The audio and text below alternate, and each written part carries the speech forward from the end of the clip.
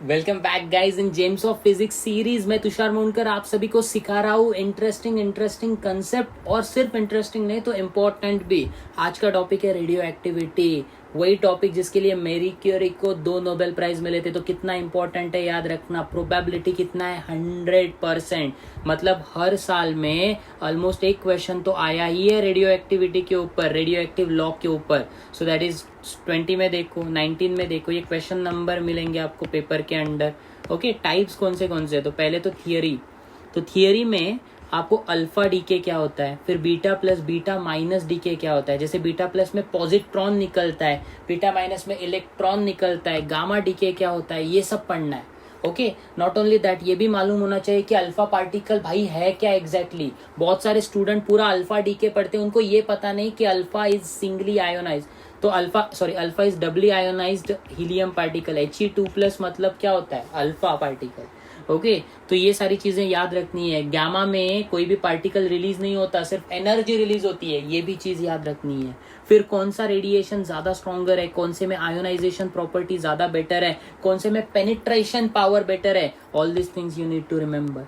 Then nuclear reaction में law of equivalent nucleons, ये क्या बोलता है, अगर एक रिएक्शन हो रहा है न्यूक्लियर रिएक्शन, तो उसमें जितने भी प्रोटॉन इनिशियली थे उतने ही प्रोटॉन रिएक्शन के बाद में रहने चाहिए। जितने भी nucleons, that means proton plus neutrons initially थे उतने ही बाद में रहने चाहिए। That is number of nucleons are always conserve. This is the law known as law of conservation of nucleons, law of conservation of nucleons. तो definitely ये particular law के ऊपर एक क्वेश्चन करके देखते हैं तो अच्छी तरह से समझेगा। एक और लॉ यूज करना है, रेडियो एक्टिव डीके लॉ।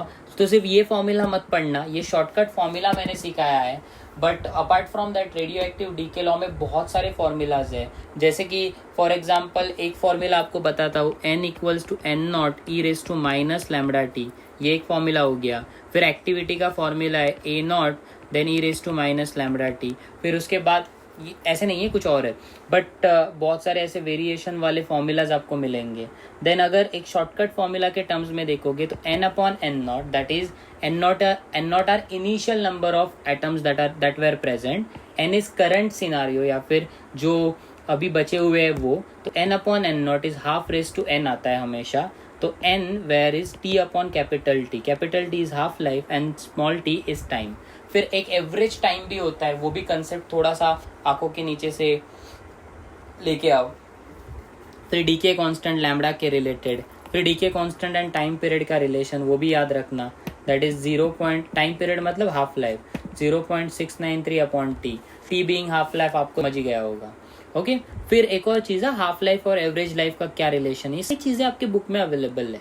अभी एक क्वेश्चन सॉल्व करते हैं। When a uranium isotope 235U92 is bombarded with a neutron, it generates krypton 8936, 3 neutrons and what?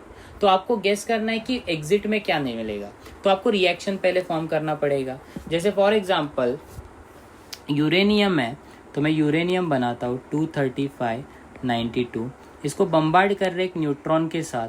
Neutron में प्रोटॉन नहीं होता, इसीलिए यहाँ पे 0 आएगा उसका atomic number. Next it generates, मतलब ये देता है क्रिप्टॉन को, दैट इज 8936 एंड 3 न्यूट्रॉन्स, तो मतलब 3 neutrons and something like x बोलते हैं, ये पता नहीं मुझे क्या है। तो एक्स का जेड और ए मुझे फाइंड आउट करना है। एज आई टोल्ड यू कि ये रिएक्शन में लेफ्ट हैंड साइड के जो भी न्यूक्लियॉन्स होंगे वही न्यूक्लियॉन्स राइट हैंड साइड से मैच होने चाहिए। जैसे 235 + 1 लेफ्ट हैंड साइड के हो गए, तो इनका addition will be equals to right hand side का addition, that is 89 + 1 times 3, okay, क्योंकि 3 निकल रहे हैं। सो 89 + 3 टाइम्स 1, फिर a, so plus a। Once you solve it you will get a का value which is equivalent to 144। आपको a मिला, तो 144 वाला एक ही नंबर है, that is barium. So the correct option will be this. But अगर समझो 144 वाले 2 ऑप्शन दिए होते तो आप z के वैल्यूज को इक्वेट करते हैं। 92 + 0 इक्वल्स टू दिस +3 × 0 + z, और z फाइंड आउट करते हैं। तो 2 कंफर्मेशन मिल गया, हो गया। फिर अल्फा पार्टिकल क्या होता है वो पूछ रहे हैं। फिर उसके बाद रेडियो एक्टिव मटेरियल है, हाफ लाइफ है, तो हाफ लाइफ मतलब वो हाफ रेस टू एन वाला फॉर्मूला यूज कर सकते हो। Number of nuclear of material be to that of a, ये भी वही फॉर्मूला यूज करके सॉल्व कर सकते हो। फिर परसेंटेज डीके का है। सारे क्वेश्चन जो है वो मैंने बोला है उसी टॉपिक से रिलेटेड है, तो उन्हीं टॉपिक के ऊपर फोकस करो, आपका फायदा होने वाला है। फिर ये थियरी क्वेश्चन है एक, थोड़ा सा वो पढ़ लो। फिर ये वाला क्वेश्चन है, देखो ratio of isotope x with half life ये दिया है एंड वाई दिया है एंड उनका रिलेशन। सिमिलर टाइप का क्वेश्चन एक और एग्जाम में आया था 2013 के या फिर 2014 के आई गेस, तो वो क्वेश्चन मैं सॉल्व करने वाला हूँ क्योंकि मुझे बहुत इंटरेस्टिंग लगा ये क्वेश्चन और कंसेप्ट भी अच्छा है।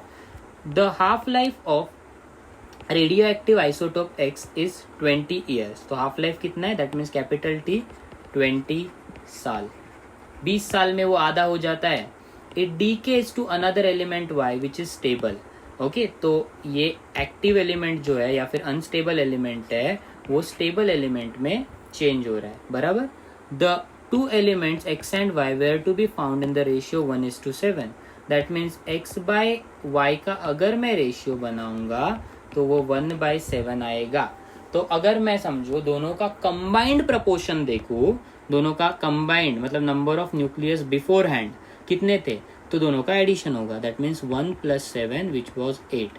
अभी मुझे क्या पूछ रहे हैं, the age of the rock कैसे निकालोगे आप? एज फाइंड आउट करना है, मतलब आपको स्मॉल टी फाइंड आउट करना है।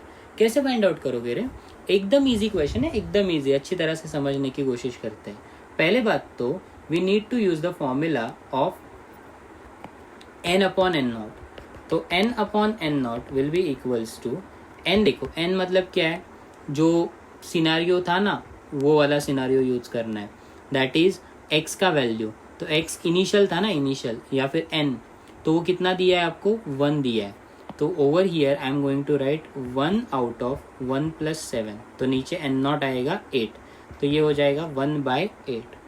After we are done with this what we are gonna get, तो ये होने के बाद आपको इसको इक्वेट करना है 2⁻n के फॉर्मेट से, क्योंकि वो फॉर्मूला सिखाया था पता है आपको, n/n0 इज इक्वल्स टू ½ वही चीज़ है, जस्ट n को नीचे लिया है। फिर आप अगर 1/8 को देखोगे तो 1/8 कैन बी रिटन एज 2³। तो आपको ये पता चलेगा इससे कंपेयर करने के बाद कि n का वैल्यू 3 है, बट n का एक और फॉर्मूला है that is small t upon capital T। तो 3 will be equals to small t upon capital T is 20। So t will be 20 × 3 that is 60। तो उस पर्टिकुलर पत्थर का लाइफ हुआ 60 ईयर्स जितना। That's it for from this particular topic. मिलते हैं next part के साथ। स्टडी करते रहना। All the best to you.